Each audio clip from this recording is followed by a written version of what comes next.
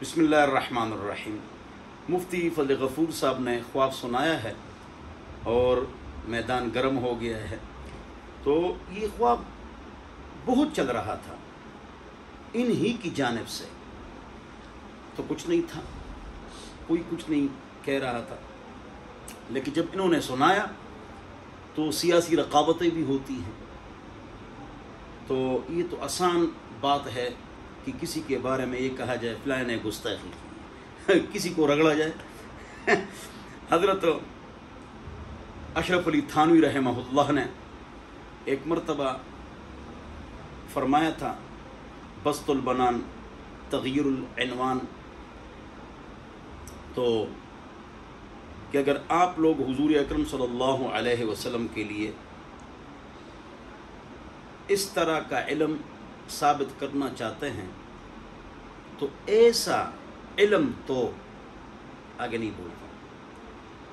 تو مولانا احمد رضا خان صاحب نے فتویٰ لگایا کہ یہ کافر ہو گئے، انہوں نے حضور اکرم صلی اللہ علیہ وسلم کے علم کی تشبیہ کس کے ساتھ دے دی؟ عام لوگوں کے ساتھ دے دی۔ تو پھر حضرت نے اپنا مطلب بھی بیان کر دیا کہ ایسا سے مراد میری کیا ہے، اس سے مراد اس قدر ہے، یہاں ایسا تشبیہ کے لیے نہیں ہے بلکہ اس قدر۔ حضرت نے یہ جواب دے دیا، لیکن انہوں نے اپنا فتویٰ نہیں لیا واپس کہ آپ نے ایسا کیوں کہا ہے، یہ برائے تشبیہ ہے۔ اگرچہ وَكُلُّ قَوْلٍ جَاءَ يَنْفِي الْكُفْرَ عَنْ مُسْلِمٍ وَلَوْ ضَعِيفًا أَحْرَى، کہ اگر مسلمان سے کوئی قول یا فعل ایسا سرزد ہو جائے جس میں ایک کم 100 احتمالات کس کے ہوں؟ کفر کے ہوں، ایک احتمال اسلام کا ہو، تو آپ اس کو گستاخ یا غیر مسلم نہ کہیں، مسلمان کے قول کی اچھی تعویل کریں۔ لیکن پھر بھی انہوں نے اپنا فتویٰ واپس نہیں لیا۔ پھر حضرت نے بسط البنان میں ایسا کا معنی اس قدر بتایا کہ تشبیہ کے لیے نہیں ہے، لیکن حضرت نے پھر ایسا کا لفظ بھی کاٹا، ایسا کا لفظ بھی کاٹا، اور اس رسالے کا پھر نام رکھا تغییر العنوان، کہ چلو میں یہ لفظ ہٹاتا ہوں۔ پھر بھی مولانا احمد رضا خان صاحب حضرت جی زندہ رہے، لیکن فتویٰ واپس نہیں ہے۔ وہ پرانا آپس کا ان کا اختلاف تھا۔ اسی طرح میرے ساتھ بھی ہوا، آپ کو معلوم ہے۔ تو ہم نے فوراً سے پہلے ویڈیو بنائی کہ ہم معافی چاہتے ہیں، اور وہ پرانا چلا ہوا کارتوس تھا، لیکن اب بھی لوگ ویڈیو بنا رہے ہیں۔ تو جواب یہ کہ اللہ کے بندو اس طرح مت کرو، آپس میں محبت سے پیش آؤ، اور علماء کرام آپس میں ایک دوسرے کے خلاف اس طرح کرتے ہیں، تو اس طرح نہیں کرنا چاہیے۔ اپنے ساتھیوں کو خراب کرتے ہو، اپنے علماء کو خراب کرتے ہو، اپنے باعزت لوگوں کو خراب کرتے ہو۔ مفتی اعظم پاکستان مفتی رفیع مدظ العالی، ان کے خلاف ویڈیو آئی، اور مولانا کے خلاف کتنی ویڈیوز آئی ہیں، اور اسی طرح فلاں نے گستاخی کی ہے۔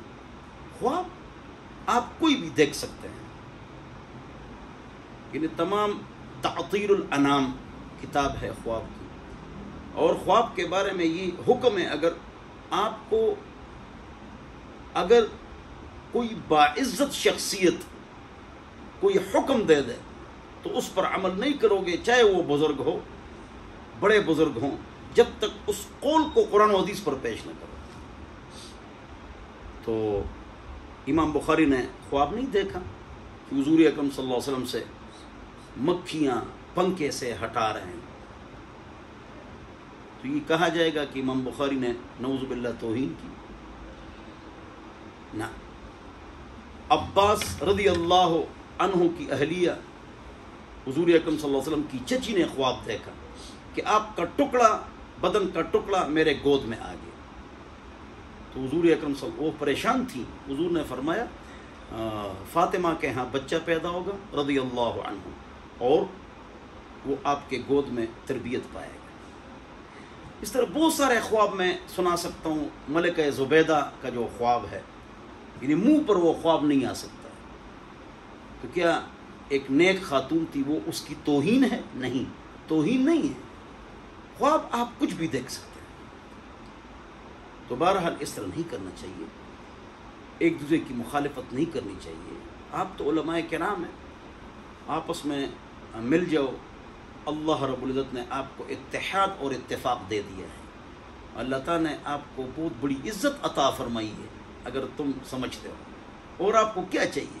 30 سے 40 ممالک کے مکھن کمانڈوز کو آپ نے لوہے کے چنے چبوا لیے۔ اب اس طرف متوجہ ہو جاؤ کہ ہماری وہ قوت اور طاقت کس طرح محفوظ ہو جائے، اور اس کے خلاف اگر کوئی سازش کرے تو ہم کو کیا کرنا چاہیے۔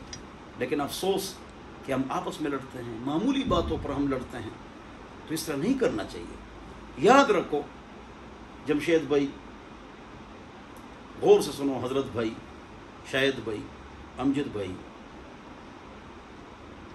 اگر سب سے اونچی اللہ کی نعمت اللہ والی حکومت ہے، اللہ والوں کی حکومت ہے، اور وہ حکومت بغیر غلبے کے نہیں آ سکتی، غلبہ ضروری ہے، اور غلبہ بغیر قوت کے حاصل نہیں ہو سکتا، اور قوت بغیر اتفاق اور اتحاد کے نہیں آ سکتا ہے، اور اتفاق اور اتحاد بغیر تقوی کے نہیں آ سکتا ہے۔ تو تقوی اختیار کرو، تہجد، 5 وقت نماز، شرعی پردہ، گانے بجنے کے آلات سے احتراز، ٹچ موبائل کا غلط استعمال نہیں، زبان پاک، پیٹ پاک، ناڑا پاک، اللہ کی طرف متوجہ ہو جاؤ اور تقوی اختیار کرو۔ پھر اتحاد اور اتفاق اپنے صفوں میں لاؤ، اور اس کے بعد آپ کو قوت ملے گی، قوت کے بعد غلبہ ملے گا، غلبہ کے بعد اللہ آپ کو نیک حکمرانی عطا فرمائے گا، اور اللہ نے دے دی، تم اس کو مضبوط کرو۔ اللہ کے بندو، ہماری پگڑیاں ہیں، داڑیاں ہیں، ٹوپیاں ہیں، اکثر ہمارے درس میں جو عوام الناس آتے ہیں وہ پوچھتے ہیں کہ بس کھولو تو یوٹیوب پر گالیاں ہیں، گالیاں ہی گالیاں ہیں۔ جمشید، وہ کیا نام تھا ممن کا، سجاد ممن تھا، اس نے غلطی کی، معافی مانگی، علماء نے اس کے خلاف بہت تحریکیں چلائی، ماشاء اللہ ماشاء اللہ، لیکن ان کو ہم نے گالیاں بھی دی، تو گالی تو حرام ہے نا، گالی کیا ہے؟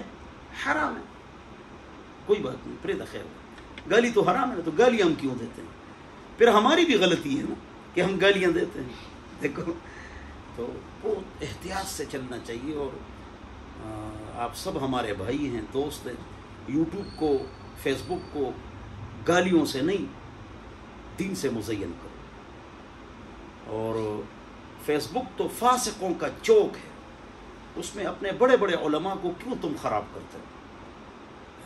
سارے علماء ہمارے سروں کے تاج ہیں، آنکھوں کا سرما ہے، ہم ان کے قدموں کی خاک ہے۔ تو اتحاد، اتفاق، الفت، صبر، شکر، عاجزی، انکساری، اللہ تعالی ہم کو، علماء کرام کو اس بات پر عمل کرنے کی توفیق نصیب فرمائے۔ والسلام۔